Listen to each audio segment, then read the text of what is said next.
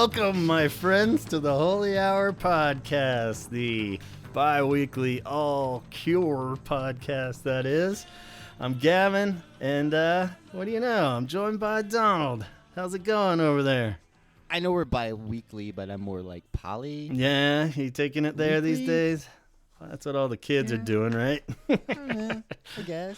Well, who even knows with the way these are cranking out? Maybe we'll all be changing what our labels are by the end. Dude, I'm really not doing any other podcasts, man. I swear. Yeah. Well, thank you so much. Right out of the gate, I gotta say, if you read the title of this podcast, you know, and that it's gonna be focused on Austin city limits and my trip there. I tried to say it in the last episode that I was going to see The Cure at Austin city limits weekend 2. Nice. And yeah, I got to thank Donald right off the bat for talking with me tonight. I'm one day back here in North Carolina from my trip. I did record while I was at the hotels at Austin city limits, but I was listening back to them today. I might have been able to piece something together, but they're pretty weird. It got like really... I felt like maybe I was a little more coherent than I thought I was not going to be. And but everything's really slow. It was just Were you hoping to be more less coherent? I don't know. I think I wanted to be coherent, but at the same time, I felt like the energy wasn't there because I had absolutely no energy at the times that I did it. So like the pre part that I did was after all the stupid traveling that I'll get into for later, but it was just like everything I was saying was like really slow, and there was like an air condition thing. I couldn't quite get it to shut up as much as I wanted to. I was like trying to turn it off, and it was still going like in the back. So I was exhausted. I was definitely sensory overload by after the show. I was excited and pumped up still, but it was like a long fucking night. But like I was just like and then so everything was like out of order and shit, you know. So I was like, oh man. So I think I even maybe cried a little bit by the end. I got into like like fucking pictures of you. So maybe if that's funny still, I'll still tack that on the end of this episode. But my boys pushed raw. Yeah, it was too much. So I figured it was best to just kind of regroup back here and bounce the story off of you, because like we were saying before we called, I was probably just gonna call and give you this whole fucking rundown anyway. Let's save some time, hit record, and then Dude, I'll totally be your hotel room AC unit. Okay, thank you. I'll be that loud buzz in the background. Yeah, try to like. So I figured this would be the better route. I'll save you the pain of having to hear this story twice. But yeah, it was a fucking amazing trip. Of course, just on the top, it was so fun and just such a once-in-a-lifetime kind of thing to not only be able to pop in on them and see this show from this summer festivals tour that we've all heard so much about at this point, but at the same time be totally hooked up with this premiere package version of it. And VIP boy. Yeah, so I don't know. Where do we start? I guess. Where do you want to start? I guess I'm happy I'm still alive as far as being back. For some reason, I haven't minded anytime I do like anything, a big epic trip, whether it be something like this or even just a fun family week that goes really well. I just always have it in my head that I'm going to die by the end of it. I know it's super morbid, but like I feel like if it all goes really well, it's like, well, the only way this could be like the finale is clearly the plane's going to crash at the end. And then never... It's like you get hit by a car turning into your driveway. Yeah, for sure. And coming back home. And I'm sure that's just some shit I should bring up in therapy someday if I ever dare to go. But you know, so we'll save that for another time. But I'm happy to say I am alive. So I'm glad you're alive. What else to do than to tell the tale now, right? So I survived. Yeah. So I guess going back to the start, we don't really talk much about personal shit on this podcast for a couple reasons. I guess one would be Donald would clearly just make fun of me if I started going into some tale of why an old song brings up feelings because of an ex or something. You'd be like, the foundation of our podcast, dude. Nah. Second one is that I'm a fairly private person and don't want to be weirding everybody out. And thirdly, it's a podcast about the Cure. It's not really about our shit. But with that in mind, on this one, I kind of have to to mention that it all kind of falls back on my loving wife, KC. She's a saint. Yeah. Kind of not, though. That's what makes she's it a great. little devious saint. And for reasons you'll see here in a second. But I guess the personal side of what I'm getting at is that in August she got laid off. And obviously, if I'm dicking around with a Cure podcast, I'm clearly not the breadwinner in this relationship. So it was a pretty terrifying shock to the family. We knew it was coming, but it could have gone ugly real quick. But she, of course, kept her cool because that's the kind of chick she is. That's huge. And if she wasn't panicking, then I wasn't going to panic. And it kind of just boiled down to what severance package she was going to get. And luckily, she was pretty miserable at the job, and it was good ultimately. But even better when we found out that they actually hooked her up with a good severance package and the short some KC shit. Yeah, man. so she was able to work some magic, and they were fairly cool about it, and hooked it up where basically it worked out to our mathematics. It probably would have been stretching it by the end, but we were thinking they would have something close to her salary till about January. Like definitely by December we'd be panicking if we didn't have something else coming in. So with that in mind, she being awesome, of course, landed an awesome job pretty quick. She's about 3 weeks in, I'm happy to say. So things are already getting back on track with her connections she made. She's got a cool new job that she's adapting well to. So that severance cash becomes bonus cash technically. Of course, any rational people would, save it, because our cars are going to die any day now, or health problems that are probably going to kick in, or, God forbid, our child's college fund or anything like that. But like we said, KC is practical and very intelligent, but she also loves a great surprise. And she, while hanging out during this downtime, actually listened to our summer festival's wrap-up episode, which maybe... God, she must have been bored. She's so bored. I'm just saying. Totally. I was like, what? You listened to an episode? I think she's listened to like one other episode. I was like, yeah, I hear enough of that shit all the time. I don't need to hear you talking about the Cure for 2 hours. But so yeah, she somehow listened to it and genuinely got moved by all the good people out there that contributed their stories of traveling the world and seeing the Cure and expressing their love for the Cure in these festival shows. And, she really got wrapped up in it. And I was like, holy shit. And, so she, occurred to her by the end. She was like, fuck this, Gavin should be doing this, And so that severance money, she was figuring... what better way in a way, too, to say fuck you to her old job was to have them finance a trip for me to go to Austin and see the Cure. So she knew that there was 3 shows left at that point, the 2 Austin ones and the one in Mexico. And again, her being smart, knowing me, knew that I wouldn't last a night in Mexico by myself. So which Austin one should we do? I've been to Austin. I know the way around a little bit, and... So that last one would be the last show of 2019 too. So bound have a little better chance. Kind of appropriate. Yeah, some epic shit. Gavin sneaking in at the last second to get a Cure show. So she got me a ticket for that last weekend show at Austin City Limits. That was last weekend.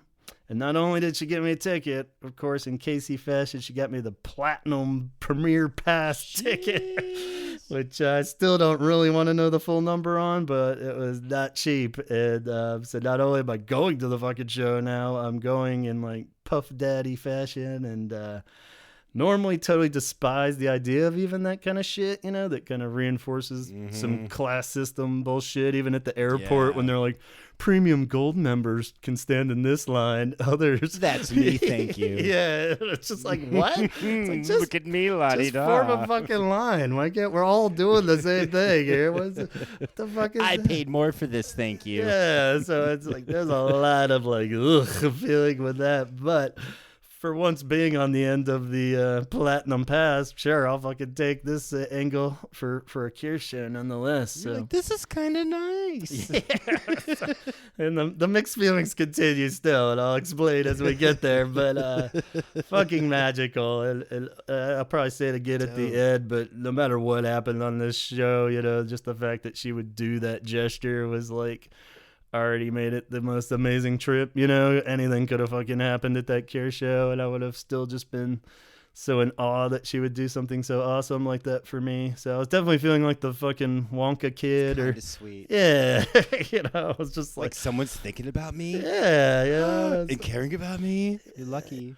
I am. So I yeah, just still can't even thank her enough. I'm still in shock from the moment she handed me that envelope. I'm like, what? I thought for sure it was like divorce papers or something. Turns out it's a platinum ticket to the Cure.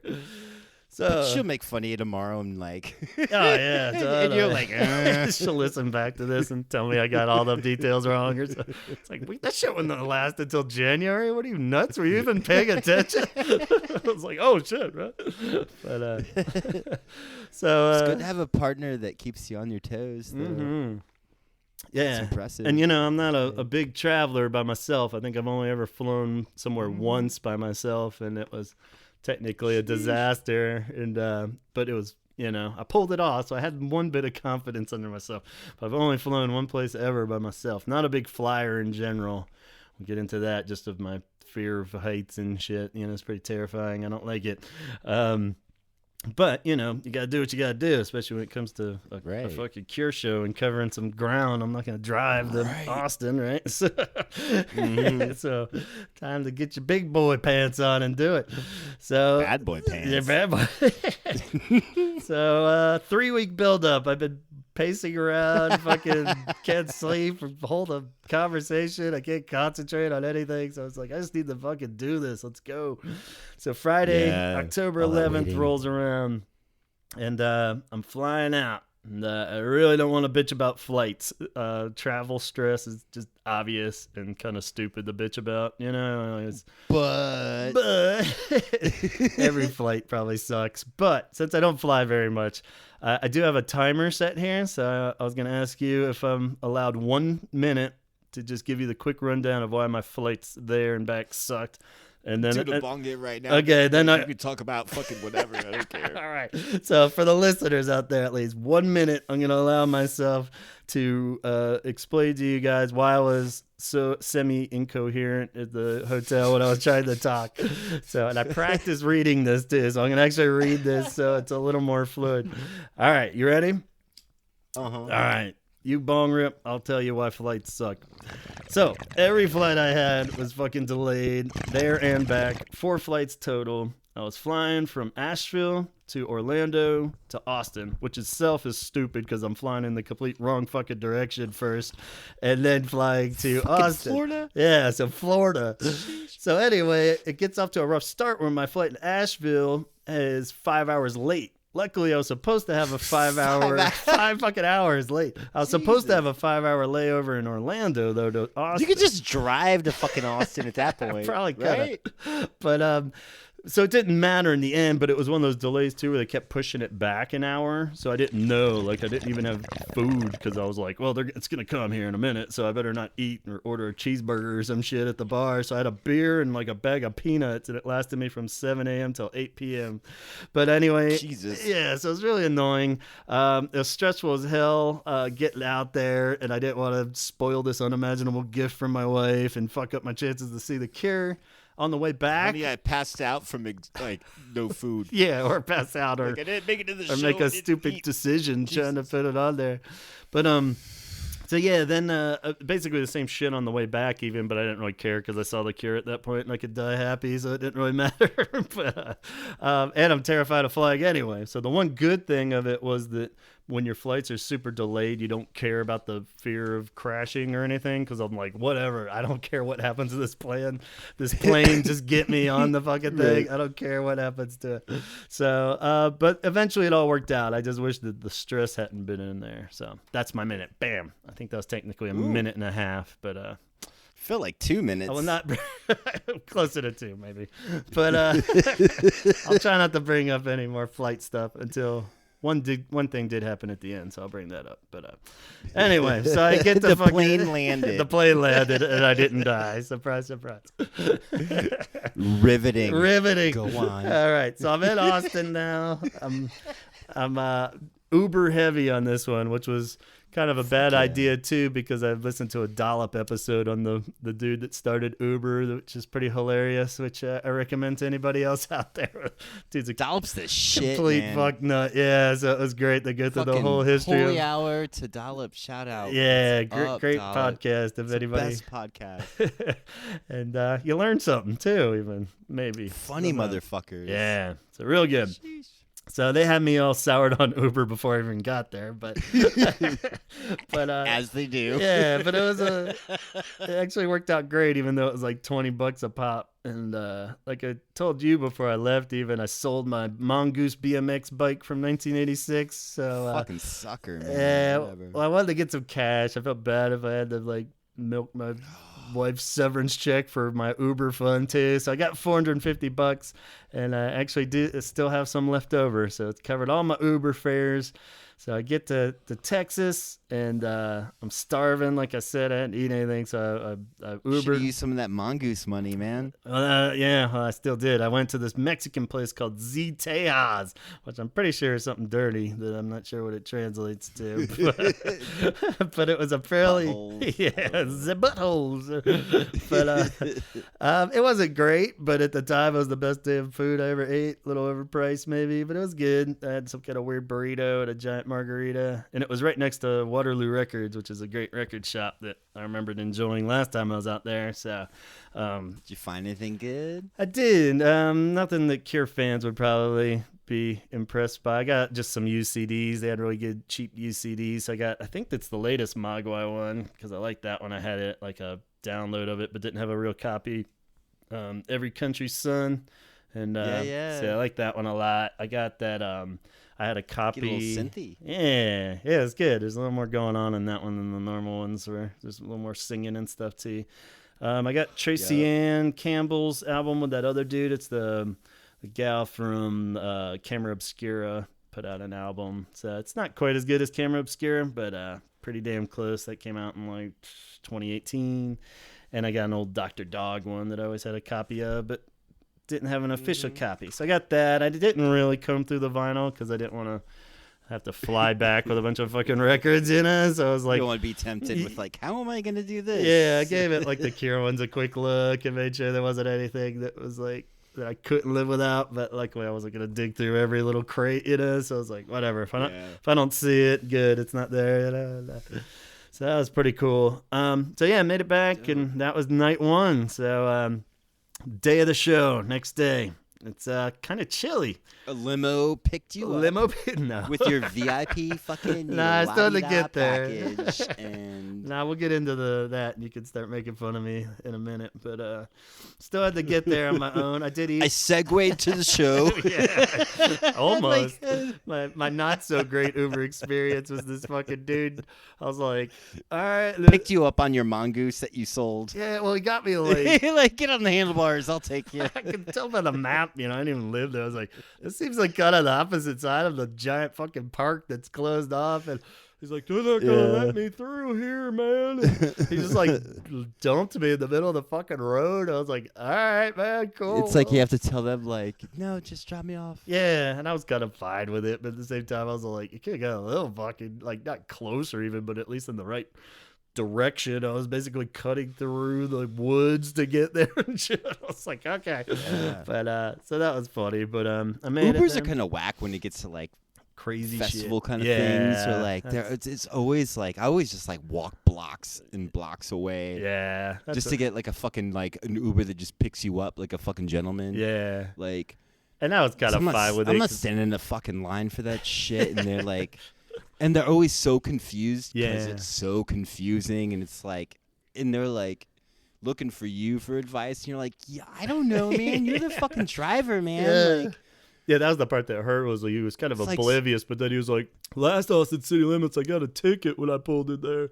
was like, we've done this before then, man? What the fuck? But really doesn't show. Yeah, so, you know, because I had sympathy in the sense I didn't want him pulled in some place that would be like impossible for him to get out of and then get like stuck there for like 20 minutes. So I was like, I'm all right.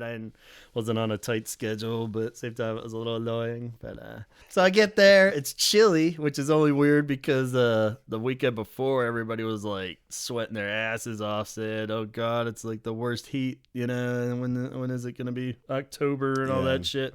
So luckily I brought a hoodie, but you know, people were freezing their nuts off. There's so many like poor like kids like walking around half naked in their like best skimpy outfit. They're just like, this is a horrible idea. Hoochie girls walking around in their underwear practically like freezing to death. But this mesh romper was really a bad idea. Cut off jeans that are going up my ass are just like not a good idea. But, you save that for home. Yeah, that's when I wear them. I don't know what I have to prance around in it. But yeah, so the platinum thing was fucking crazy from the get go. Pretty much, so like the huge. That's what I want to know about. Huge line getting in, like right as I'm walking up, like to that part where like a festival line to get in is like stopped. Like right as I got there, pretty much there was like a little side door. And I see this little like platinum entry, and they open it up. Now, come on in through here, and I'm like, oh, don't mind if I do. And I was like, ooh, first feeling of like, oh, that's kind of dirty, but okay, cool. You're just apologizing to everyone in line. Yeah, like, I'm sorry. I'm sorry. Like, I'm really not a VIP person. Yeah, I'm sorry. Like, are you sure this is your badge? You are way too apologetic for this. You're not worthy. You're not fitting in, man. I was like, oh shit. Fucking empathy. Get the fuck out of Yeah, here. they put me on a golf cart, and they're like, where do you want to go? And I was like, shut up. To the lounge, I guess, because it was like the platinum lounge, which I knew they had. Did you have a drink in your hand and said not golf yet cart? They wouldn't let you drink on the golf carts, but they pulled me to the lounge. And is that the next level up package where you get to have a drink on the golf cart? I think legally they just couldn't do that, so they couldn't take it that far. But they made up for it. As soon as I got into the lounge, they're like, here, man, free drinks. So I had a mimosa before I even knew where the fuck I was, really. So I'm standing around. They had like a swag bag ready for me. So I was like, oh, cool, what's this? It was like a bag with a blanket in it and a cup, which is like, it's cold out. You'll need it. It's really nice and sweet, but I'm like flying on the cheap and shit. The last thing I did is like, oh great, now I got a whole other bag I have to take on the airline and like a fucking cup. Oh, you poor VIP boy. Yeah, I'm you know sorry. what the fuck? Are you okay? Are you okay? Got this blanket I can't resell. So they gave us lockers, so that was cool. Too warm. So I was like, well, I'll just put them in this locker that they gave me. So I got a locker, and then it was weird. I started noticing like the whole like platinum area was like kind of like barricaded out. They had us like quarantined almost, and it was just like people like sitting around on couches and like sounds like you were in a locker room getting massages. Yeah, they had like little stores where you could buy. Yeah, like there's like just like these pull out like these nice couches. People were just sitting around fires and shit. And I'm like, well, this is all fun and all, but like, where's the fucking festival? And I like couldn't even get out of it at first. I was like, they had all these like emergency exits. Like, you can't leave. Yeah, I was finally like, can I go to the actual festival? And the dude's like, yeah, man, just go through that little crack in the wall. I'm like, okay, cool. And I like snuck out through there and just felt awkward. So I should have taken the golf cart to the next stage, but I was out in the wild at that point and just started walking around a lot. Slumming it. Yeah, slumming it with the plebeians out there. So that's the first band. So I'll give you a quick rundown on some bands. I saw Aqua Dolls. You ever heard them? I've heard the name, but never the band. Like never the sound. Yeah, like a 3-piece girl rock, very LA young band. I'd heard some of their shit in advance, just like scoping bands out. It sounded kind of cool, just like whatever fun punky stuff, you know, like girl singer. But got there and it was kind of like the first thing was cool where once again I got a glimpse of the platinum closed off area in front of the stage. We had our own little like section with like a dude with like a giant tub of beers just handing them to people. So I was like, that's some VIP shit. Yeah, that was like where I was like, now I'd it pay all an makes extra sense. grand for just like someone like anytime I turned around there's a beer in their hand. I'm like, yup. Totally. It was just like I was like, all right. So I'm like watching this band that I was like, all right. And right off the bat, it was kind of disappointing. They're very like just kind of dumb and like cutesy girls, but like trying to be badass, and like just it was like very Hot Topics commercial kind of thing, you know. Sheesh. I was like, yeah. They made the Donnas. Remember the Donnas? Yeah. Remember they made them look like the actual fucking Ramones, basically. They made them look legit. Yeah, I was just like, wow, this is just. It was all right for like 2 songs, but then like the banter really killed me. It was like something all the while. She was like, "This is a song about throwing up in a car with a rich guy. Boys are stupid. 1, 2, 3." I was just like, "What the fuck?" I was like, "All right, later." So I was like, chucked my free beer, just said, "Let's move on." But yes, it was pretty dumb. I would have sat through more. I did watch. Free beer. Well, there was free beer everywhere. Throwing up in the car. I was like, it's everywhere. Who cares? But VIP fucking mentality's kicking in. Yeah, by the end, I'm Little like Gavin boy. spitting on people in the street and shit. But no. So at this point, it's not really. T-shirts. I was looking for some Cure T-shirts before it got crazy, and I was texting you guys during this because I went and went to the one Austin City Limits T-shirt booth, and they're like, no, go to the white building. So I went to the white building that turned out to be an American Express card building, and they're like, gross. Yeah, I was like, what the fuck? Because I could see it had 2 floors in those T-shirts on the top floor. So I went into the American Express card building, and I was like, hey. 2 floors? I was like, where is it? How do I get up there? And they're like, oh, you have to get an American Take the golf cart. Express card to get upstairs. And I was like, what? Shut the fuck. I think they first said you have to have one to go up. And I was like, I don't have one. I was like, I just want to buy a T-shirt. Do you have to sign up for one? Yeah, that's what they told me. I signed up for a credit card to go upstairs. I was like, this show is great. Yeah. I was like, what if I don't want the T-shirt? I have this fucking credit card now? And I was like, well, I just want to buy the T-shirt. I actually have cash. And they're like, no, you have to apply for an American Express card to use it on the shirt. And I'm like, that's like bullshit detector going off. I was like, no fucking way, not even for a festival. And I was like, all right, well, this isn't happening. See ya. And like, you know, fucking Amex is some neolib shit, man. That's fucking bullshit. That's gross, man. I would have left. I would have I would have summoned my golf cart and fucking left at that point. There were so many moments where I was thinking of you like that. Nasty. It was like Donald would have just fucking flipped at that point, but I was like, this can't be true though. But it was just dumb enough where I was like, that might be true. Like, I'm not gonna get a fucking Cure shirt. So I just started wandering, and luckily I found another tent. Your T-shirt has like a 3.4 like APR or whatever. Exactly. Has a barcode on it.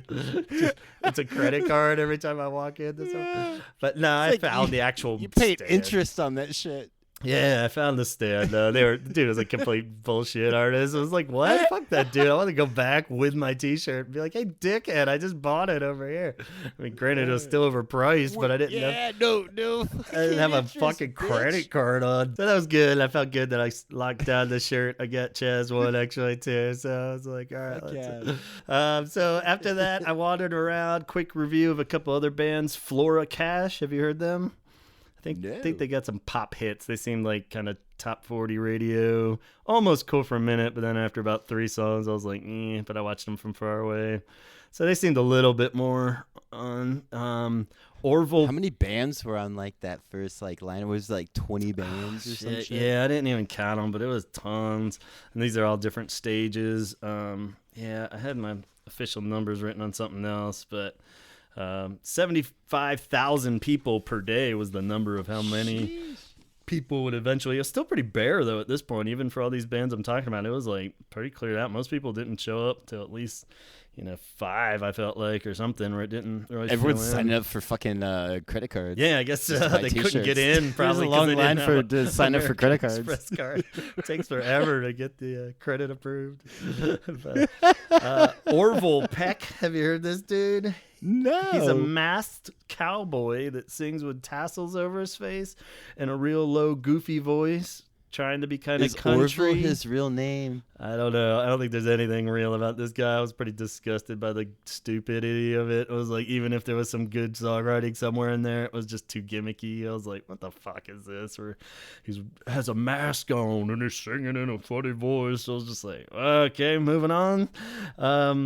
Watched a few minutes of a couple rap acts, but you know me, I'm not a big rap dude. And I just felt like the dude was fucking yelling at me, even though I was nowhere near the stage. And I was like, stop yelling. I don't want to raise my hands. Yeah, I don't want to wave them around. Wave your hands. It's like, stop yelling at me. So yeah. But I care about how I wave them around. Like, it's like, I better go back to my Platinum Lounge. I don't want to wave around like I don't care. I'm feeling threatened. I better go back to my Platinum Lounge. So on the way back to the Platinum Lounge, I saw Sigrid. Have you heard of her? Sigrid? No. Norwegian pop singing girl. I'd actually seen somehow her videos pop up. Dude, we're huge in Norway. Yeah, so I totally know this chick. She's bash great on her because we're. I mean, she's probably like 19. I mean, 19 would have been generous. I think. I mean, we're like 18 in the Norway charts. True. Yeah. But she's maybe like 19, maybe. But I love her. She's great. Yeah. Never heard of her. She's awesome. Cool. She might have been closer to 14. She looks real young. I was like, what is this? People are going ape shit for those. I think she's pretty huge. She's probably got like way more hits than The Cure even ever had probably already. But does she have a band or was it? It was a band. It did sound like a band. She was dancing around. She totally like poppy jams. Yeah, but like not in like a cool way. It was like kids bop CDs that they put on at the elementary schools when they exercise. Feel it? I was just like pop hooks. Yeah, I was like, what is this? And it was just like, but it was right by the spot where I could kind of just hang out and chill. So I watched way more of it than I probably should have even. But I was just like, whatever. I was just more in amazement that like so many people were actually into it. So maybe look her up. Catchy as shit. I don't think so though. I don't know. I'm picky with my pop. I've never heard this lady. I'm just devil's advocate, man. I like that she has like tons of confidence and attitude, and the fact that she's Norwegian, gives a slight pass and a few points. But I mean, just looking at her, she totally looks like it was like that little girl on Full House that was like the friend that would come over, like Kimmy or some shit. Looked like that or something. I was just like, what happened to pop stars? It's like, okay. Yeah, that sounds dope. So yeah, maybe something there. Somewhere in the middle of all that was cool too. I ran into this woman, Tammy, who was wearing one of Chaz's long sleeve Disintegration t-shirts. And I was like, it's chilly out. Yeah. And I was like, shit, I wish I'd have brought mine. But, I had to say hi. It was like, no way. I was like, shit, man, my friend made that shirt. And she was like, yeah. Was she like Gavin from the Holy Hour? She said she had listened to us. And she said she would have recognized my voice if I just started talking. And I was like, oh, wow, big mumbly dude. You would have recognized me. But so, yeah, I totally talked with her. I should have just hung out the whole time with her. She was definitely the coolest Cure fan that I could spot at that time of the day. And it was funny. She was bawling. Yeah, we were just crying over there. It was midday. She did ask, is Donald really like that in real life? I wonder when she said you were hilarious and wanted to know what you were really like. And I said, what do you mean, like what? I said, like, as in hilarious, and yeah, he gets high a lot. Yep, that's it, pretty much. So, yeah. I dial it down for the show. Okay. Yeah, that's what I should have told her. Yeah, this is tame. I really have to rate it in.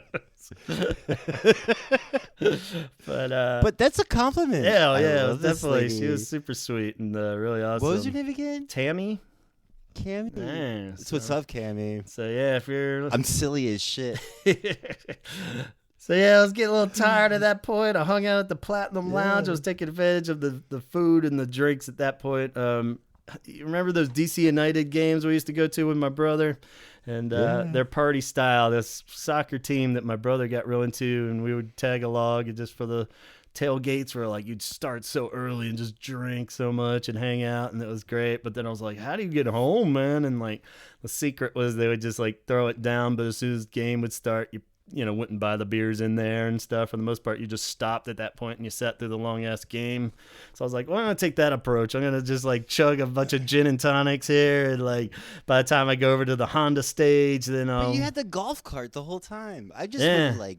I know, I didn't take advantage of the golf carts till the end, but yeah, but dummy. Well, kind of wanted to see the festival, so it was like that would go around the perimeter of it and stuff, but but the hard part was this, and this would have been the hard part for you, is once I got to the Honda stage, it was clear that I had that was where the Cure was playing. It was 2 acts before the Cure, and I had to lock it down pretty much. So I knew if I was like popping out the piss, even though I had like a sneaky pisser for Platinum, it was still like you had to leave the Lion's Den. And I was like, if I leave, I'm gonna totally lose my spot. Even though any spot in that was like, did they hand you like a platinum band? Nah, it was just like piss it. It just like just a porta pot. But it was like, I'm not losing my spot. Once I saw the regular ones, I was all like, thank Christ, this is awesome, because there was like an hour-long line for that shit. So I was all like, cool. So, but I still couldn't do it, and I couldn't take advantage of the free beers in the thing, because I knew if I was chugging beers, I was gonna have to piss all through the Cure set, and I would lose my spot. So it had to be like that dedication, man. I would have been like, if I went with you, I would have been like fucking 20 rows back. Because I'm like, I gotta piss, dude. Like, I'm getting free beers. You wouldn't have left the Platinum Lounge, I don't think. But yeah, so it was game on at that point. Dedication, boy. Yeah, there's pretty much the only band I would do that for. It was like a true like religious moment of test of your love kind of thing. But so it was Brittany Howard. She was the former lead singer of Alabama Shakes. So you remember with them? I've seen them a couple times and actually enjoyed their shows. Not a huge fan by any means, but I just heard her on NPR the other day. Yeah, she's a super cool chick and just like really I don't know, I haven't heard her really talk much, but she just seems really fun and awesome. And that's what I always loved about Alabama Shakes, though, is that she's super soulful, but they were like a pretty badass rock band. So it was like a weird combo thing that worked, you know? Yeah. Now her solo, it was just full on soul band, which was still cool because you don't really see that kind of stuff every day by any means, you know, or I don't.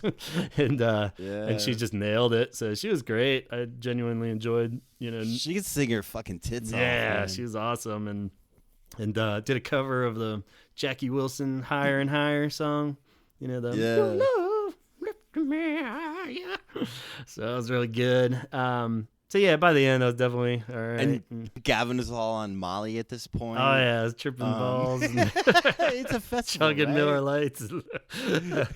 But I was holding on to the bar at that point. I was front row as front row could be, holding on to the gate bar that was like, I mean, it was still like 50 yards at least, because there's like this giant stage they're up on, like a huge wall. So there's a big gap between the most possible closeness you could get in the stage. You're like, I could hop this bar. Yeah, I mean, yeah, if you were trying to jump on stage and hug Robert, it never would have happened. But yeah, so I'm holding the bar for her, and I'm like, well, I guess I'll just stand here for the next 6 hours, because it was like her. Were you just banging your head the whole time? Yeah. Like, yeah. Totally. No, I was just like shifty-eyed going, how much longer? How much longer? Cold sweats breaking out. So she clears out, and her crowd pretty much cleared out too, but then in came all of the Billie Eilish singer. I'm gonna call her Billie Eilish. I'm gonna call her Billie Elliot though, just for Billie to be offensive, like Chris Elliott, yeah. like a mumbly, like the little Chris Elliott. dancey boy, Billie Elliot or whatever. But anyway, I didn't realize what a huge like kid following she has, man. Like all these little kids and their families came in. Hell yeah! And like, as it was clearing out, I saw the Genuine Mission kids too, and I felt horrible for them because they had been there like all day. We're just getting crushed to death and looked fucking miserable. And then like these families, these rich families came in with their little kids for the platinum section, and they're like, I'm bored, and you know, they're all like in there. So I was trying to like start to judge them, but then I'm like, wait, I'm in the platinum section too, so I guess I can't really make fun of them too bad. So and they were smart and just came in like whenever the the one band that they wanted camped to see. out for Totally. fucking fucking 5 bands. So it was kind of cute because that drinking free beers. Yeah. Go on. They're pounding them, so they're kind of cute because they're all like dressed up like her and stuff like that. Yeah, and, she dresses up fun. Yeah, so it was like that whole thing going in, and yeah, and it was weird, and I gave in like an idiot, being the ultimate sucker at heart, where I was like, hey, what the fuck? You get kids take the front. What am I doing? Like holding this spot for like 4 hours. I was like, here, let the girls up here, and I gave them my spot, and I was still kind of like, hovering behind them to make sure as soon as they cleared out, I would try to get back to it. And So it was cool. I definitely wasn't as impressed as I was hoping to be with Billie Eilish by the end. I still think she's just got a little turn. But it was like, yeah, I really tried hard like to do some homework and listen to it. It was like the bass was doing that stupid, overly blown out bass where everything was just like. And, you were fucking front row, dude. Nah, but it wasn't like that for anybody else, And it was just like, and it was all just like these program beats and shit. Her brother was playing some bass and they had like a drummer that was playing along with shit, but it was all right. I'm just still not impressed with the songs, but like, all right, old man. I know, but at the same time, she's fucking. The other old man grumble was, it's fucking Cure's been cranking this shit out for 40 years. It's like, why is she going on right before the Cure? She's like 17 with one album. I know she's a big deal right now, but like, come on, man. She could have put somebody with a little bit more fucking longevity cred in front of the Cure, so I'm not like sitting there watching this, fucking teen sensation thing going on. I mean, it's like, what the fuck? But I agree with you. I'm playing a bit of a devil's advocate, like. Cause it's what the kids are into. Yeah. It's fun, like fun, fucking dumb loud bass. Like it's fucking fun over big dumb giant speakers. Yeah. Like, and you're at a festival, like. Yeah, I mean, chances are I would have been like, ugh, for anybody because it was just one band standing in between me and the Cure at that point. So I was gonna be on a mission. Yeah, I was gonna be pretty critical no matter what. But she still didn't really blow me away with any like real performance or anything. She just up there like pouting and kind of stomping around like a little brat. I was like, all right. What was she wearing? She was wearing like a oversized like basketball outfit, basically with like a Dope. Some kind of like foot brace on that I don't know if it was just like a Morrissey hearing aids statement kind of thing, or if it was she had really fucked up her ankle or what. But so she was funny enough, or it was entertaining, I guess. And hopefully time will tell. I'll gladly. She dresses like a goof. Yeah, I'll gladly eat my foot if she turns into the next like pop star sensation that. I can be proud that I saw her in her first tour or whatever, but I honestly don't see it. And I hope that she inspired some kid to go out and write better songs, but otherwise, get a inspire someone to get a laptop and make some jams. Yeah, so who knows? There's a lot of kids there, so hopefully they just got caught up in the moment. But I just feel like the lyrics, like I've even read things where people like, she's gonna be this generation Smiths and stuff, and it's just because it's like darker lyrics and themes, and like hearing it, like what I could make out of it, what I listened to, but even before going to the show, it's just like it's kind of dumb. Like it was all like, I wish this boy was gay, so then it would make sense why he doesn't like me. I'm like, really? That's like the deep voice of a generation here. I was like, come on. I was just I don't know. Maybe I'm being too critical, but let's move on. So her kids, all of them clear out, the whole crew from the VIP section at least, but sure enough, I fucking lose it. Somebody swoops in. I'm like, row 1.5 at this point. I'm not grabbing the railing, but I'm in between the two people that are grabbing the railing, so close enough, but a little bit of a you're like, I'm VIP, get out of the way, and like shouldering people out. And it was great because it was like 3 rows basically of Cure fans. The whole rest of the section was empty, but like for the hour before the Cure, it was like 3 rows of people just wiggling like all up on each other's shit, like going, God, I gotta get up there. Nobody wanted to lose their spot, but we're all like packed in like sardines when there's like a whole section open. It was like there was nothing behind us, but it was like everybody just wanted to be as close as he possibly could be. So, and that's where it got funny in the hour leading up to, was like I had Sandy to my left. Baby. Yeah, Sandy to my left and Cindy to my right. And if they're out there listening to this, I don't mean any harm by it, but they were stuck in the middle. They were 2 strange Cure fans to be stuck next to for sure. I think I had some more official diehards in front of me, but Sandy was super sweet to my left. But then as we were chatting a little bit, she confessed that she had never even really gotten into the Cure until she saw the Rock and Roll Hall of Fame thing, and that's when she decided she was a Cure fan. I'm like, that's what's wow. It was like, so like 5 months ago, 6 months ago. I was like, okay, cool. But what is like that thing in Hollywood where they put like the handprints? Yeah. Like, imagine getting into a band. Like, I saw their handprints in their name, and and I decided I'd check them out. And here I am, platinum section. It was just kind of that day where I was like, drop platinum money on that shit too. Like, meanwhile, like 500 yards back, there's like somebody that's been following them since 1980 that's about to drop dead from being crushed in a general admission. It's like, oh man, I sat through Billie Eilish. And I'm about to die from dehydration. Chick? I don't know. But anyway, so then to my at least it was cool out. So. Yeah, we're hanging in there. They're pumping us full of free beer, so it was good. To my right was Cindy. On the other hand, what's up, Cindy? Ooh, yeah, she was, and I mean this in the most positive way, but I could not tell if she was super trashed or this is just how she was. One of those people. She was really. I already like Cindy. Yeah, you would have loved her. She came down like a bat out of hell. She was pissed off and. Because she had been, there's a side viewing option where you could get up on the stage pretty much, but and she had been up there, but then the Cure didn't want people What's up higher there. Than platinum? I'm super high platinum. I had scoped out the YouTube videos and I saw that the Cure didn't have people doing it the weekend before. And I just thought it'd be a weird view. You're pretty much looking at the back of their heads from up there and the sound would have been total shit. So I was like, I'm not even going to try that. Right on. But she was up there and she felt good about it and they kicked her out though. So then she came down and she was like, if I had known they wouldn't have let me up there, I would have just been down here fighting for a spot for the last 10 hours or something. And I was like, what? I was like, you're row 1.5 with me, man. It's like, this is pretty fucking close. And she was just so pissed that she wasn't against the railing there. And she just like wouldn't let it go and was like kind of guilt tripping the dude in front of her because she was short.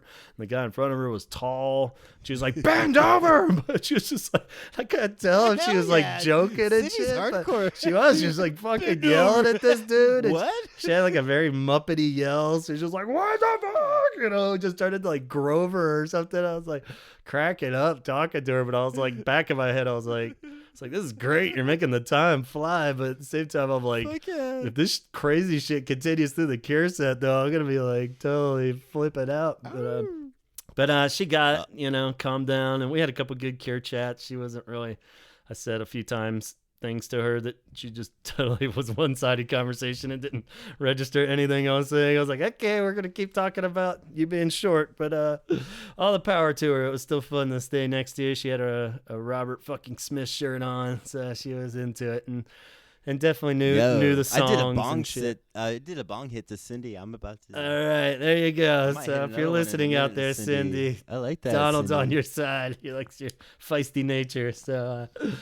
So yeah, and it all worked out good. By the time the band came out, it was that's how you get front row. Yeah, she was get all Cindy style. She was fucking freaking out by row 1.5. She wanted that first row. Anyway, right. So point of this whole fucking episode, the Cure. You ready for it? Yo, sorry for the long build up, everybody, and Donald. You hanging in there with me? I'm doing great, man. I'm actually getting stoked like you got stoked. Like, all right. I'm really... You got to build it up at these festivals. It's like a 12-hour build-up. This is like an IMAX experience for me right all now. Right, good. So, you're taking me through it. The Cure played. They're awesome. It was a good night. And that was it. So, all right, I'll tell you every detail. If you really want to know. Okay. So, really. First thing first, I guess before we even dive into specific songs, we won't go through all of them, don't worry. But at the same time, first thing that comes out, we're hearing Chimes, so I do know it's Plain Song, which is fuck yeah, of course, best opening song ever. And secretly glad they went with that and not Shake Dog Shake. But more shockingly, right off the bat, oh fuck, no Simon. Simon's not there. Eden comes out, his son, for the second time ever in Cure history. His son is playing bass tonight. Sheesh. Dun, dun, dun, which trips a few alarms. One being, damn, I really wanted to see Simon destroy this entire festival with his awesomeness. And of course, I hope he's okay. Where the fuck is Simon? This isn't good. Scary. Yeah. And on top of that point, thank Christ they didn't cancel like any other band probably would have done if their like second right-hand man, was not there. They would have just canceled it. And wow, that would have been a complete shitstorm for me in particular in my emotions if I'd be like, sorry, due to unforeseen circumstances, the Cure will not be playing today. So anyway, for selfish reasons, thank Christ, Eden is there. 2, it was a bit of a bummer in the sense that by Eden being there, that totally eliminated any chance of new songs or rarities because they're going to stick to the absolute songs that he knows, and it's the set list from the festival. So, okay. No. And 2.5, why would you assume that he doesn't know those? The rarities of the new songs? Right. He probably doesn't. I mean, it's like a fucking 2.5 hour long set that he learns. Why would he also learn all the songs on the new album and B cuts and B sides and deep cuts and rarities? I mean, the dude only could learn so much. You know, it's not his band, but it's like, it's fucking dad. Yeah. Number 1, so he's grew up in this shit. 1 or 2 and like 0.3. Mm-hmm. Like, he's played with them before. He's probably learned a bunch of their songs, you know? Like, yeah, the ones he's gonna play tonight. It was the same set list. Yeah, I don't mean to knock it in any way, but I'm just saying. Statistically, Devil's obviously. advocate okay, tonight. all right, yeah. And I don't mean to come off negative in any way, because this next That's what I'm saying. rant is going to be so pro-Eden that your head's going to spin. This dude's fucking amazing. And it dawned on me very quickly, too, before he even hit the first note, that he is the rarity, and that is awesome. And this is the second time he's ever played a Cure show. I've never seen a Cure show where Simon wasn't playing. He's cool as fuck. He's great. Let's embrace this. This is going to be epic as shit. And I was right. The dude nailed it. He slapped. He was so good. Like, he did a good job. Yeah, I didn't detect any weirdness and, like, you know, even like safeness with a band. You know, anyone that plays music and knows that you can hit everything right. But sometimes if you're just not totally comfortable, you could still just sound a little flat or something, you know, if you're not 100% comfortable. There was none of that. Just from the Japan show that he played that I'd seen, even that one, he had a slight element of like deer in the headlights, even though he nailed it that time too. This time he totally fucking crushed it. Looked like so relaxed up there. You know, that's dope. He looked like, you know, the carbon copy of his old man up there. It was just like fucking beautiful to watch. It was so cool. And that is pretty powerful, man. Yeah, and I imagine just seeing like, I mean, we've known about his dad before he was born. Mm-hmm. You know what I mean? Like, yeah, it's like crazy. It's kind of powerful. Yeah, like, and you see all those old pictures of like Robert, you know, hanging out with the little kid and stuff. Yeah, it's so sweet, and getting to see that time. Like, and that was the fucking sweet moment. Maybe that was my sappy dad side coming through too, where I was just like feeling my heart exploding watching it, in the sense that like the interactions between him and Robert were just like priceless. It was so adorable, just like the little looks they'd give each other, and that's where like being that close up was super sweet too, where I could see them just kind of look up, little nuances, like at each other, and like they would finish a song and Eden would kind of look up with a slight like, whoa, fuck, we did it, and Robert would just give a big old smile back like, to him, and and it was just so cool. And like at the end of A Forest was like, you know, one of the few highlights there where they just like fucking rocked out together, and Robert was doing his noise. They did like a shoulder to shoulder lean into each other, and he like nailed the ending and made it. And it's not perfect. Like this fucking kid grew up with him. Yeah, you know that's totally gonna be really powerful. Like you're saying, some dad shit, like powerful for Robert. Like this like, is like fuck, like his boy, like he's known Simon forever. Yeah, and, like, he's like his actual godfather too. I'm pretty sure, and like I'm sure it's like the closest to a son Robert has. I would say probably. I don't know. I'm tearing up. So, yeah, it was super tearing fucking up right sweet, now. like constantly. Yeah, and my favorite was during Why Can't IBU at the end. It was pretty subtle, really, but like he's up there bebopping, doing his thing where he's prancing around on the stage, you know, doing his Robert dances, and he was kind of jumping around. I think it was that one too, where he snuck up on Roger and grabbed his butt, you know. That was like the little. He's like, woo! And he's like coming back, and he comes over to Eden, and he's like makes like the goofiest goofy face at him, like trying to get him to fuck up almost, and like, and Eden just like totally looked away, like to hide his face, laughing, you know, so he could concentrate. So it was really sweet. I was just like, oh man, these guys are great. I was gonna say, because probably like Eden was like, this song's so dumb, dude. Why are we doing this? Like, you're a fucking idiot. Yeah, he's like prancing around, crazy like, Uncle Robert up there doing his thing. just goofing about, you know. Yeah, for sure. That's super sweet, man. Yeah, That's cool. You got to see that. Yeah, and then the big hug at the very last song, "Boys Don't Cry." I was like, fucking guitars were still ringing out, and they just like hugged each other right off the bat. It was so sweet that he was just like, "We did it," you know. It was like so cool. I would have cried. Yeah. That's so nice. And then you want to hear an actual part. This was before the encore. Yes. Robert actually said this, and luckily somebody like transcribed it online. I forgot who it was, so sorry. I can't credit you. But yeah, I caught like 80% of it there, but it was good to have the actual transcript in front of me now. So he says, "So lovely coming to Austin, 'cause I'm really one for sunbathing, as you can tell. But we'll be back, you know. Thanks. I'm sure that a lot of you have noticed Simon isn't here, so this is Eden, his son, playing bass tonight. If only I had a son. I mean, I could be booking shows for like the year 2055. Maybe I will anyway." So that was pretty funny. I thought. Are you making that up? No, that was the fucking what he said. It was, That's wild. like, we could just keep this thing rolling if he had a son. So. Imagine it's just like a bunch of like, if only I have a kid, and there's like a little Robert and a little, Yeah, little Simon kid. It's like a Muppet babies of totally. You know? Like a little Grover. Yeah, it was pretty rad. So that made it so worth it. And I was like, oh, as much as seeing Simon up there again, that was just so sweet. And of course, obviously, we're all hoping that this isn't anything super serious.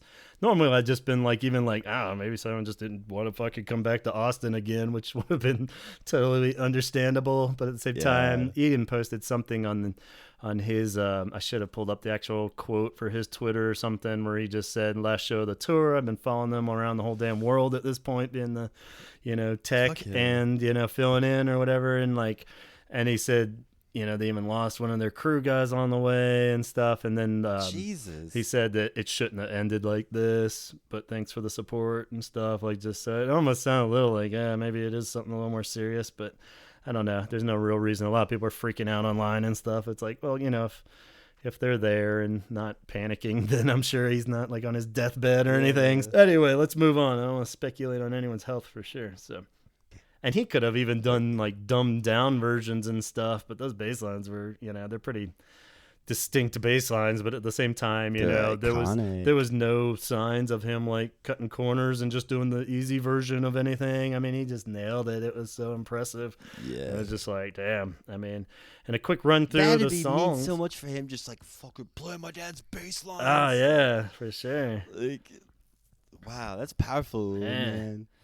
But good for that dude, man. That's intense. Like, just to slay something like in such a crazy time. But you have like a nice little backing family and supportive fans. I mean, everybody was like so fucking supportive online and stuff. In particular, of just like totally praising it, and saying what a good job he did, even at the last one. I was like, that's got to be pretty good, Got to feel pretty good that you can do something like that, knowing you. Here's one for fucking Simon. Yeah, to Simon and Eden. Fucking father and cheers. son.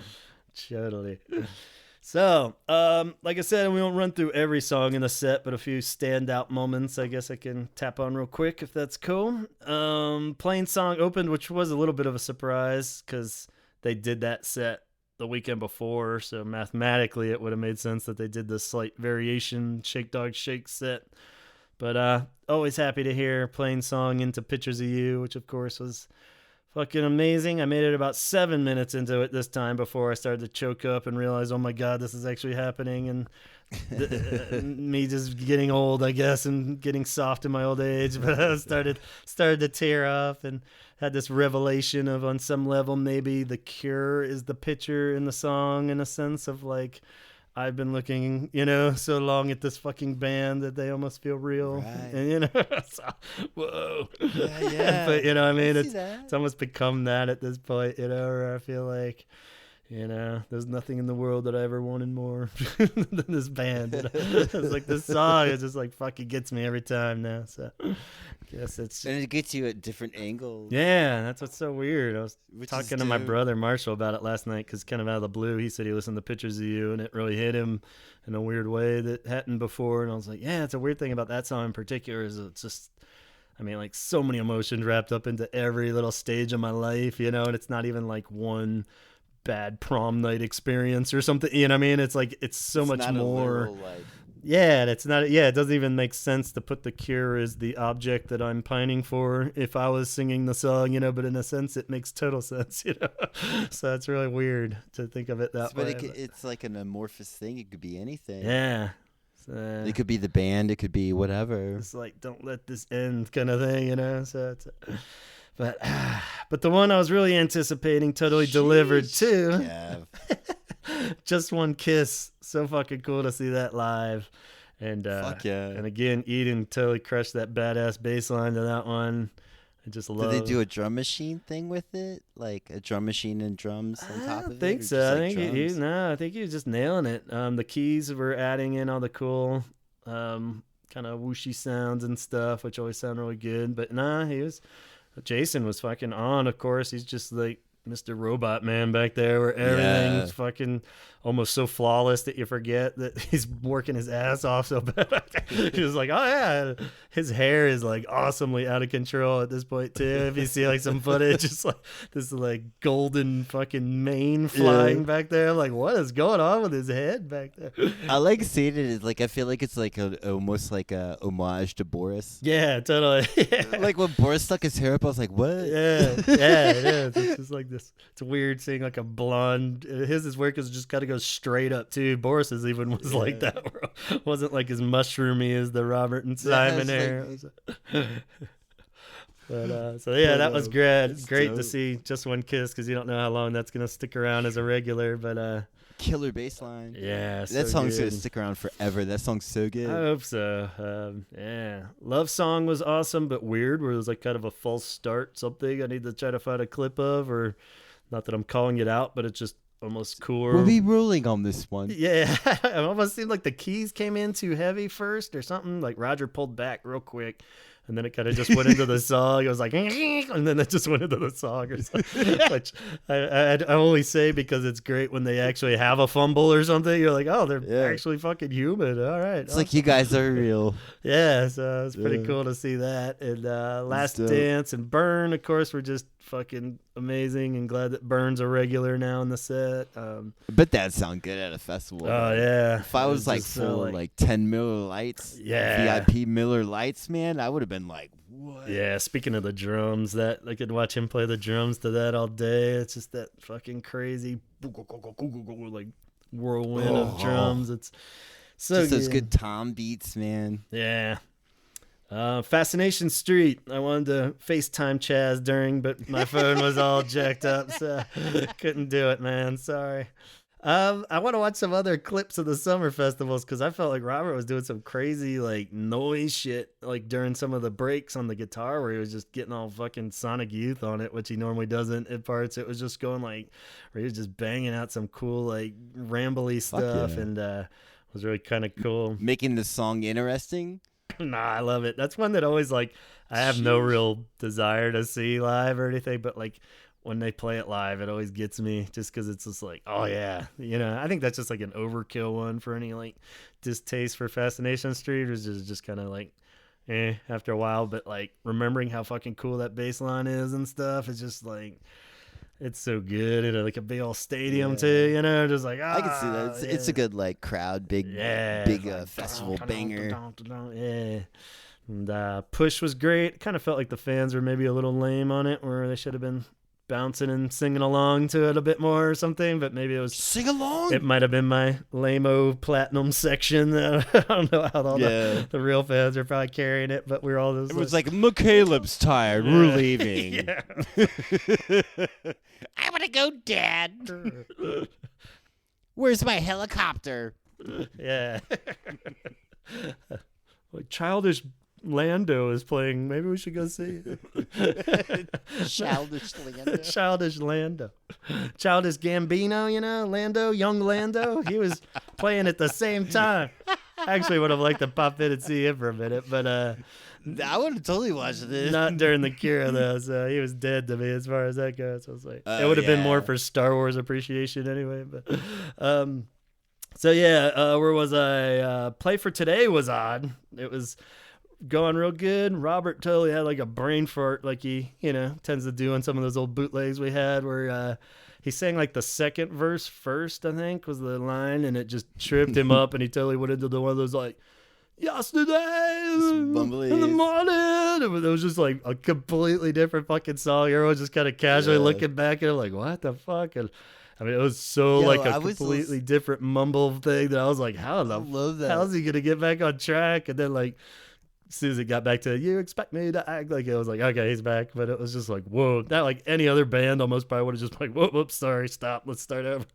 But it was just like, nah, that's it. He's a master. Yeah, but lyrically, like, he's got that. If he flubs it up, man, like, yeah, fucking Bob's got that. Yeah, shit, he never like, panics and just like says fuck, all right, let's try to get or anything, you know. It's impressive. Yeah, so impressive. Yeah, it almost goes back to like the demos or something where it was just like that's how it started anyways. It's pretty cool. Speaking of almost rap, Disintegration was great, which is a rambly ass song that it's funny that like I feel like that song's just getting a lot more praise in this last year in particular, with like other things people are writing and stuff about the anniversary or whatever, where it's just like everyone just seems to be calling out how great Disintegration is finally. I mean, longtime fans of song's a fucking tsunami. Yeah, I mean, I think obviously it's a no-brainer for people that have been loving this album for so long, but at the same time it's kind of cool to hear that it just keeps coming up a lot more than I would normally think it would. As it should, man. Yeah. It's not love song. Yeah. It's not like a poppy jams, like. And it's just so heavy in such a strange way that we've talked about over and over again, of just like, whoa, this is like not a fun song, you know? And it's just like, there's nothing fun going on here. It's like we're in the corner just going like, stop, leave me alone, stop. Yeah. Like batting someone off of you, just like, leave me alone. Yeah. Like, and it sounded great, but it's still, it is a bit of a shame, I feel like, that he can't belt it out the way he did in the younger days. He tends to just kind of sing it lower, but it doesn't change the passion level at all. Like, he still found a great way, and like, and it's funny, I always hear people like saying how he's getting so emotional, which he does when he sings it. It looks like he's like totally, you know, feeling it so much and going through whatever the fuck he is going through in that song, you know. And it's like, still, but it's funny when you see him still now in particular. I feel like I can't quite pin out if it's the emotional pain or actual physical pain of singing that fucking song that might be a bit of a decoy for people thinking he's choking up and stuff. It's like, no, I think he's just literally trying not to fucking keel over, because that song is like so hard to sing and like such a, you know, spitting it out and like, yeah. I mean, that's like a fucking hard song to sing and like do it with passion and not just mumble through it is like, but it's such a good closer. They closed on that? Closed the main set. Yeah. So yeah. That's a good fucking, so, yeah, open with playing like, songs. Yo, we still got it. Yeah. Like, it was just like, because it's so hard to do. How the end always is. Yeah. And yeah. How could you not? Like, if you wrote a song like that, like, yeah. How can you not end like a fucking show with that where you're just like being a badass? Yeah. And really pushing yourself. Like, that's what I like to see with the band, where they're like really going hard at the end. Like, yeah. And it's such like an intense trance that it puts you into. It's such a weird kind of song. That's such like a, you know, like you would think it would just rock out with that kind of emotion or something, like one of their later songs or something. But it's like, it's chill, but it's still like powerful as fuck for some reason, you know? It's just like, it's weird. It's a dope closer. Yeah. So, and of course, that's when it came back, made that nice speech about Eden, and it went into Pop Encore, which is funny because it's like, you know, I get every gripe that you would have even and stuff, but it's funny, like, you know, because it is like the back-to-back of like, it was Lullaby, Caterpillar, Friday I'm in Love, Close to Me, into Why Can't I Be You, and then like ends with That's Buzz what I Like would have Cry. left. I would have left. Yeah, but this is my point on this one. He would have like, oh god, I would have been gone. here comes Whimsical Bob. I don't want to see them do that. But it was so good. Like, you can't deny No, it it when it wasn't. happened. It was so good. I swear to Christ, if you were there, you would have been bouncing and smiling and singing along and like I feel like it pulls you in, and it's genius because yeah, obviously if he ended on disintegration, you can't really, especially a festival. It was like if you ended like that, everyone would be like staggering out like you have like knife in your gut or something. It would just That's what I want. That's exactly what I want. I want to leave it at that. No, wouldn't you much rather 75,000 people are leaving undeniably with a smile on your face, at man? any point. What's that? Whenever I get tired of it. What's saying I can close a page on any book. Yeah. If I'm reading it, I'm See, like, that's weird. I can't do it. So I guess it is just a personality type. But it was so undeniably fun, though, man. When he was fucking playing, even Why Can't I Be You, but like Love or Friday I'm in Love or something. I was like, this is the best goddamn Cure song ever. I mean, it was like I fell for it, hook, line, and sinker. It was just like you just get so pulled into the fun of it, and it was just so fun to like scream it out and dance to it or bounce up and down, I guess. But you know what I mean? And it's just like you can't not. People said it in that other episode. You can't like not be in a good mood after hearing that like combo of songs. It was just physically impossible to not be grinning from ear to ear as you wrap that show up, you know. And it was like ends with "Boys Don't Cry." It's just like kind of brings it back, you know. And it was just like, oh, yeah, so fucking good, you know. And it was just like, I don't know. I'm sure. I would maybe come back for the end. Yeah, like for that last song. Just like you could probably get one more of those free beers while that was going on or something. Is there any more Miller Lights? I did touch base with Dustin from the Mystery Caller episode, the first one we did. You know, Dustin. And he was there. I didn't see him at the show, but we were texting or messaging back and forth afterwards. And he sent me a funny comment the night I got home. He said that during Why Can't I Be You, he spotted Matthew McConaughey and Lars from Metallica were like not that far over by my section dancing around like, and when Robert walked off to the side of the stage and was singing like right at them, you know, and like he's like, hello, he had like a faraway video of like Matthew McConaughey doing like this weird ass hand dance where he's wiggling his hands all around and shit during Why Can't I Be You. So Why Can't I Be like the wackest song? Like, oh man, he's like, what's going on here? I drove him my Lincoln. This guy's crazy, man. I like him. So who knows? Maybe they're all hanging out after. And that dumbass cowboy with the thing on his face. Call in next time we do a call in. Yeah, we gotta talk about this shit. It's so fucking dumb. He spotted him though. He said Lars was trying to be sneaky with like a baseball cap down and stuff. But fucking Lars from Metallica. Never thought he would have been a Cure fan. That would have broke the heart of so many rednecks with Metallica t-shirts on, trying to beat me up for wearing my Cure t-shirt. Who would have thought? But yeah, it was the closest I've ever been. So for that reason alone, it was definitely a surreal as fuck experience. I mean, just the fact that like making eye contact with those guys while they're playing up there, you know, it sounds silly to think that they're not human, but at the same time, you know, these people I've been looking at in videos and books from my whole childhood on, you know, it's just like there he is, like an actual human form. It was like so surreal, real and weird. Is it the closest you've ever been? I think so. I was trying to think because that physically and or emotionally. I still wouldn't want to say it was the best Cure show just because those like the Wish one was just so like my heart exploding seeing them for the first time, and even that Charlotte one with Pearl the last time was so good. But it's up there just because it was like flawless and weird because Eden was there and like perfect in that regards. But I think it was the closest at the HF Festival thing we saw in 2004 when Offspring was playing and everybody got kicked in the head. And it was like, were you there for that one even? I think. Yeah, we were like.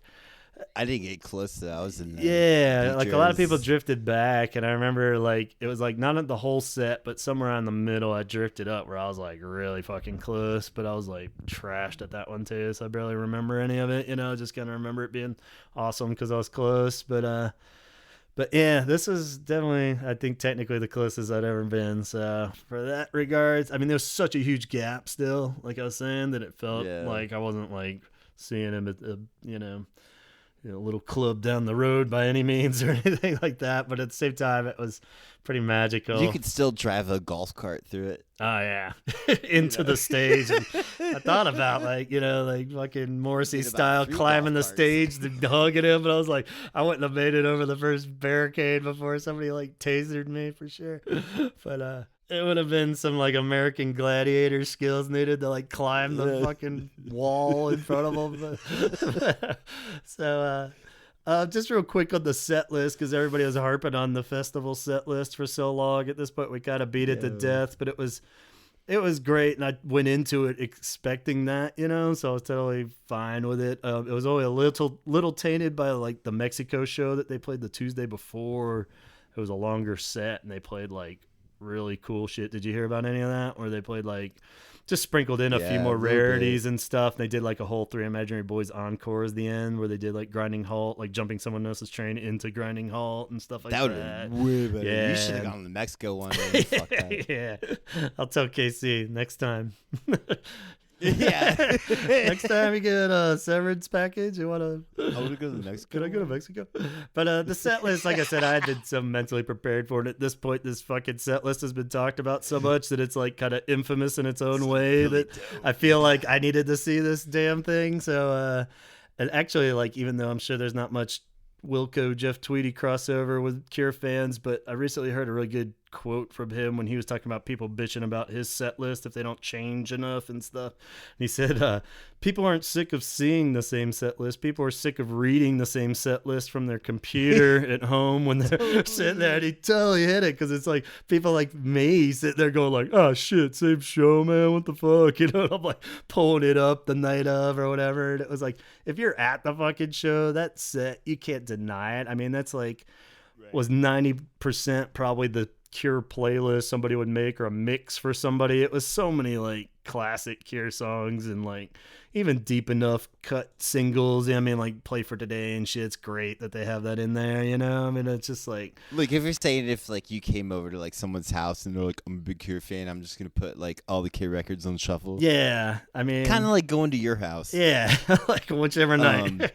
It's like you're not gonna be mad at any of them, really. There wasn't a dud in the whole batch, I mean, to the point where you can't even go piss to like, come back. Is that their encore? Are you describing the encore? Ooh, yeah, maybe, I guess. But even trying to knock like Close to Me, I mean, that's a great song. Or Why Can't I Be You, maybe, but that's like one song out of like 26 songs or something. So.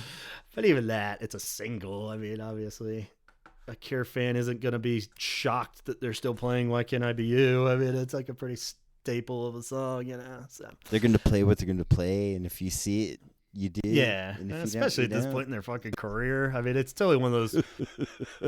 Yeah, you can't fucking knock them for playing anything. I mean, it's amazing that they don't just play more of the actual greatest hits albums, start to finish. I mean, the fact that they do this, it's only rare because they never have stuck to the same set list, so it's only Cure fans being spoiled, really. I mean, the only people I feel like you nailed it with being spoiled. Yeah, like that's the encore. It's just like that's a spoilage. I mean, and technically they should only play like an hour and a half. Yeah, that's like what a normal band would play. They'd come out and play an hour and a half of fucking hits, and that's it. A bunch of spoiled Miller Lite written.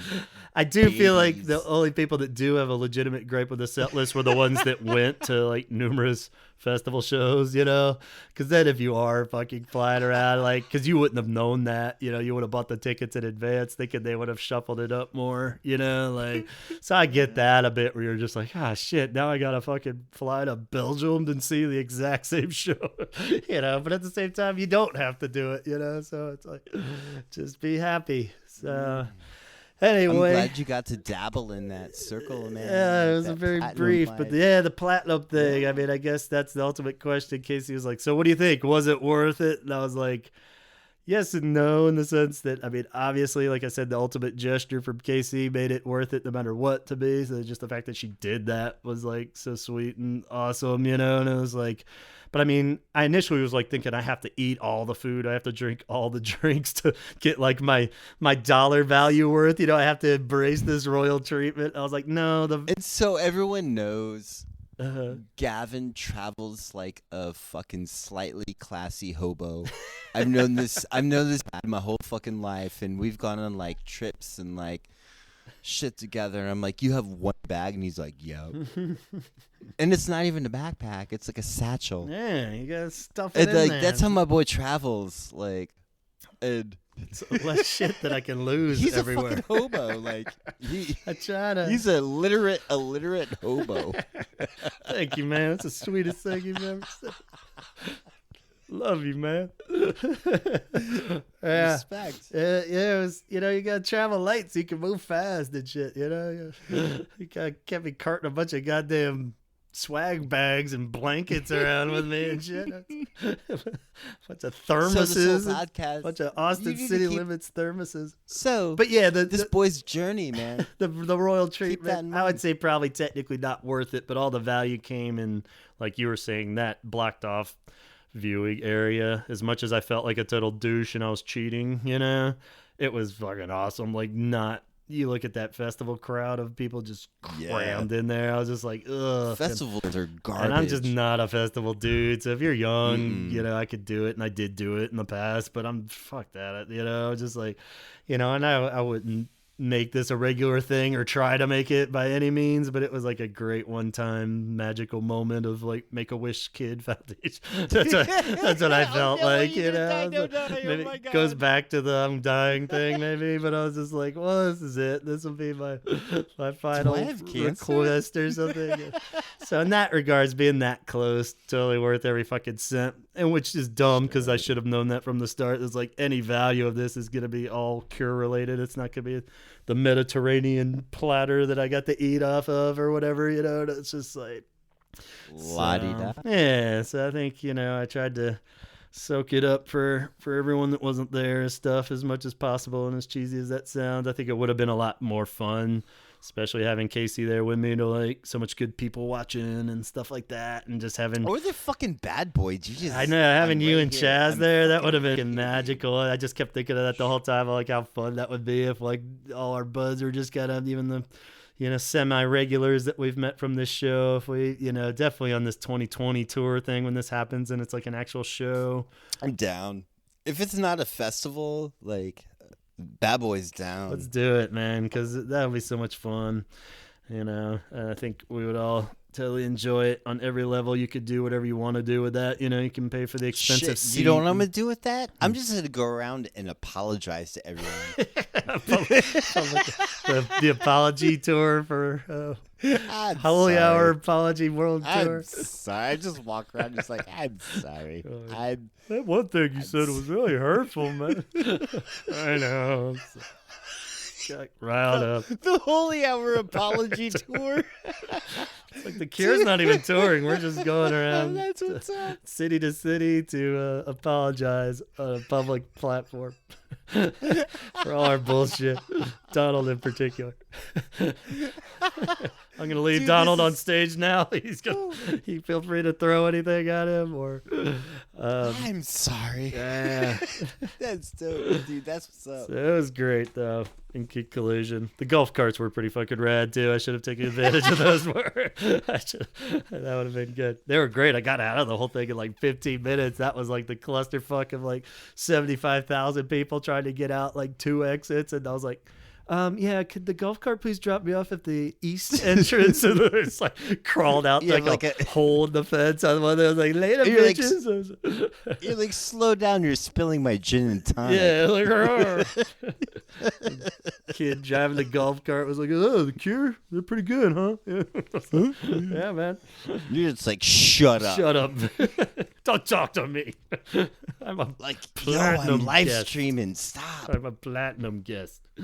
But so yeah, I kept thinking of Isabel's comment from Portugal when she went to the Paris show, though, and she said all she wanted was a beer after the show. It was like, just like after I'd been drinking fairly steadily, but then I stopped, like 5 hours into the Cure or whatever. But like, so responsible. I was just like, oh, I can't wait to get back to the goddamn hotel and chug like the 3 beers I have there and record thoughts that I will never use. so it all worked out good. Flight home, the only thing noteworthy, I won't go into flights, but did have 2 things real quick if we can conclude there. Saw Reeves in the airport. Saw him walking towards me. I was wearing my Cure t-shirt. I thought for sure that would catch his eye. I looked him dead in the eye. He kept looking. You're like, huh? Kept looking straight ahead. I was like, fucking Reese. He looked so tired and so exhausted. I kind of tried to look at him to give him a nod, like, fuck yeah, I wasn't going to bother him, or, maybe a handshake if he smiled or something. But, hey, this is Gavin from the Holy Hour Podcast, Reeves. I know you just played a fucking festival and you're 70, man. So what's your thoughts on the new album? It's like, fuck off. But he was walking by himself. He had a slight limp, though, so all those people out there giving him shit about moving around on stage too much, be kind to the dude. I don't think he gets around too easy. I felt bad. I wanted to offer to carry his bags for him or something, but I thought that would have creeped him out more than asking for a photo. He'd be like, yeah, no, it seemed like he was just like totally by himself. Somebody else saw Robert in the part where you have to take your shoes off. She said he had to take his shoes off even like everybody else. And it took him like a bunch of minutes because they were like giant high tops. Yeah, he's like, this is going to be a minute. I was like, man, I would have bought a platinum pass just to watch him take his shoes on and off. That's like part of the fucking Robert mystique there. I was just like, holy shit, you got to watch him put his shoes on and off? That's like fucking glimpse behind the curtain there. That's awesome. That'd be dope if that's what his career devolved into. All right, here I go again. Like him making money. He's like, you want to watch me take my high tops on and off? $10, do it again. My kid wants to see you do it. Do it for my kid. Who's this? No, watch this. It's gonna be fucking funny. Do it better. Do it again. Do it again. My kid didn't like it. And I had one very last dorky moment on top of this all, and I'll let you good people and you, Donald, finally let me stop talking to you. My friend Eric, who's been on the show, he's a bandmate, good guy. He told me, we were talking about him earlier, he travels around a lot. And he was like, best takeoff song on an airplane is Plane Song, because he matched the chimes to the fucking lift off. I was like, whoa, shit, I can't believe I've never done that. I was like, being an old fart, I was like, aren't you like not supposed to have like electronic devices on when he's like, fucking airport mode, you idiot, or whatever. I was like, oh, okay. So this time I tried it on the first 3 of 4 and failed miserably. I couldn't match it up. I was like, fuck. Oh, well, shit. I'll just keep listening to Disintegration for the 5 billionth time. But the very last flight, it was fucking creepy and magical. So here's what happened. I got it. They were sitting on the runway forever, and then finally it was like a slow build-up. So I started the chimes, I was like, ding, ding, ding, ding, and fucking bam, right as the plane took off, the keyboards kicked in. I nailed it. I was like, sweet. And then it kept going higher. And as soon as we burst through the first round of clouds, the fucking bass line kicked in. And I was like, holy shit. And I shit you not, the final finale, I got up a little higher and lightning struck, not the plane, but I could see lightning flash out the window the exact moment Robert started singing. And I was like, shit. I was like, well, of course my mind was like, this is it. This is the perfect ending. Clearly this plane is going to crash now and I'm going to fucking drop. I'm going to fucking die. This is it. And I was totally fine with it. I'd given up on ever seeing my wife again. I was like, this is how it all ends. And this is cool. And the plane's going down. You're like, perfect. Yeah, this is so great. But of course, it was like Pink Floyd and The Wizard of Oz or some shit. It was just matched up so perfectly. And then I was just like, great, I'm still alive. Okay. So, but that was my ultimate Cure finale. I tried to match up Edge of the Deep Green Sea for the landing, and it didn't work so good. But it was yeah, so. Of course you did. Yeah, I was like going for more, always going for that extra hit.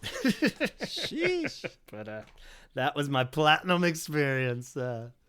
Damn, boy. Thank you. You're platinum right now, man. I don't know. I definitely you still feel platinum to me. Oh, thanks, man. I don't know. I don't think I ever really felt like I fit in, and it didn't work. I was worthy, but it was you and your hobo bag. Like you're not allowed to drink that. It's like, oh, I just kept waiting for somebody to yell at me for grabbing something. You know what I mean? Like when everyone's giving you shit constantly, like you figure that am I allowed? That moment is gonna happen where I reach for the one thing that I'm not allowed to grab. You know, and somebody's just like, "What are you fucking crazy? You can't touch that." And I was like, "You're fucking platinum, you piece of shit." Yeah, like, God, come on, you're not double platinum. But I guess we'll let you go unless you have any questions. Now I'll let you. That was a mournful. Damn, that was a good how. Bad boys out. Talk hard. All right. Thanks for listening, guys. Thanks so much, Donald, for letting me rehash all the details to you. You're a good man. I'll buy you a drink next time we're hanging out. Maybe. All right. Thanks out there. We'll catch you next time. Lots of great episodes on the horizon. Talk. Chill, y'all. Talk.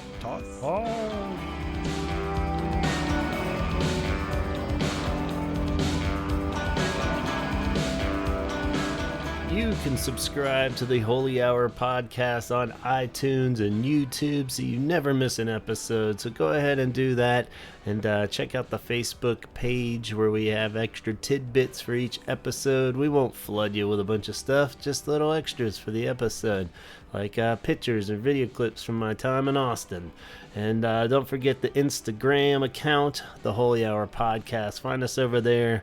That's where you'll really be in the loop and catch all upcoming scoop on what's on the horizon and what you can contribute to as well. And if you do want to contribute anything, just email me directly at gavinconnor@gmail.com. If you have any questions you'd like us to hash out, some cure topic that's been on your mind, send it our way. We love that stuff. So once again, special thanks to Donald, and special thanks to you guys for listening to my long-winded version of what happened in Austin, and an extra super special thanks to my wife, Casey. Thanks so much for hooking this dude up. Love ya. Till next time.